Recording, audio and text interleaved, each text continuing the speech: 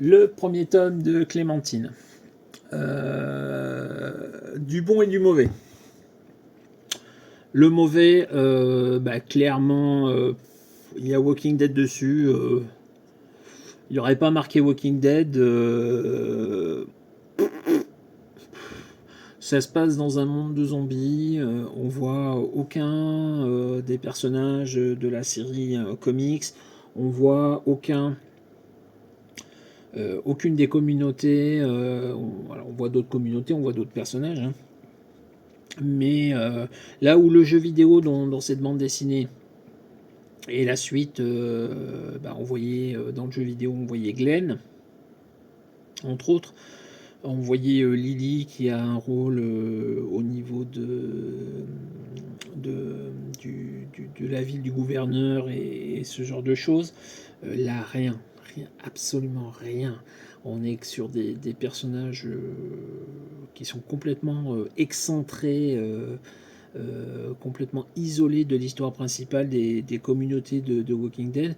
Et donc, du coup, moi, ça me pose un souci. Pourquoi avoir appelé ça Walking Dead? Le lien se fait par le jeu vidéo et le jeu vidéo lui-même n'est qu'en périphérie de l'univers de Walking Dead, puisqu'encore une fois on voit deux personnages qui existent dans l'histoire du monde de Walking Dead, mais voilà, mais bon. Du coup, si vous voulez lire du Walking Dead, lisez Walking Dead, lisez pas ça, parce que c'est très décevant d'avoir un truc qui s'appelle Walking Dead et qui n'a aucun rapport avec Walking Dead en tant que tel. Par contre, Walking Dead, Clémentine. Et Clémentine, là par contre, il y a du bon, il y a du très bon, il y a du très très bon par rapport aux jeux vidéo. Encore une fois, moi j'avais vraiment fait le premier, le deuxième je l'avais pas fini parce que j'étais un peu pris dans d'autres choses au moment où je l'ai eu et j'ai jamais pris le temps de m'y remettre.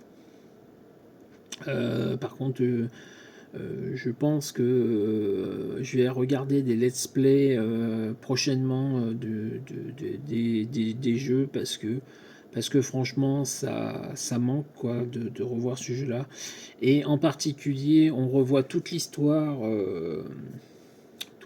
de Clémentine avec Lee dans le premier jeu, personnage que j'avais adoré, Lee qui meurt à la fin du premier jeu pour que Clémentine survive. Et on revoit Lee dans la bande dessinée, puisque Lee apparaît dans les souvenirs de Clémentine, dans les rêves de Clémentine, lui parle, lui donne des conseils au sens métaphorique, et c'est vraiment très bien. C'est vraiment très très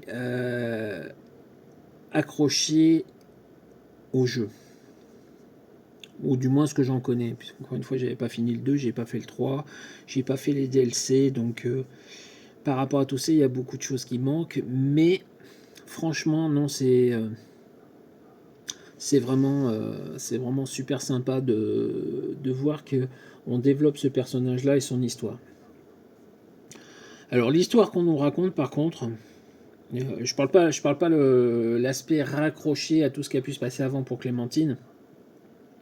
Je parle de l'histoire là telle qu'elle la vit à l'heure actuelle. Elle quitte l'endroit où elle est parce qu'elle a envie de partir, tout simplement, ou besoin de partir. C'est pas vraiment clair au niveau de la façon dont c'est écrit. On reviendra sur l'écriture. Il lui arrive des aventures qui sont pas exceptionnelles. C'est pas génial. C'est clairement pas génial. C'est pas mauvais au point que j'achète pas la suite pour voir ce qui se passe après. C'est clairement pas au niveau de Walking Dead, là aussi. Et puis la dessinatrice, pardon, n'est pas mauvaise du tout, mais vraiment pas mauvaise du tout. Mais c'est pas Charlie Adler. C'est pas Charlie Adler. Et pour ça c'est dommage quoi. Je suis très content que ce soit en noir et blanc comme Walking Dead parce que je pense qu'en couleur le trait de la dessinatrice serait moins bien passé. En noir et blanc, ça passe. En noir et blanc, ça passe.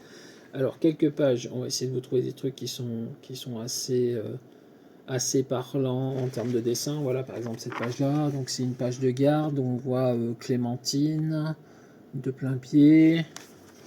On va essayer d'en trouver quelques autres. Voilà, un passage où on revoit Clémentine avec Lee en mémoire, voilà, qui lui parle dans ses rêves et dans ses souvenirs. Franchement, non, c'est pas exceptionnel. C'est vraiment pas exceptionnel. Donc, comme je le disais, voilà, quand on passe sur la version colorisée comme on a sur les covers, ouais, c'est moins, ça passe moins bien en fait. Le noir et blanc, c'est très bien.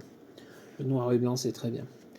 Voilà, ouais, donc pas mauvais, pas exécrable, mais très décevant et très moyen. Pas essentiel non plus, puisqu'encore une fois, aucun rapport proprement dit avec la série principale. Ça se passerait dans un autre monde de zombies, ça ne changera rien à l'histoire. Dispensable. Dispensable, clairement. Pas mauvais, mais dispensable. A tout de suite pour la suite.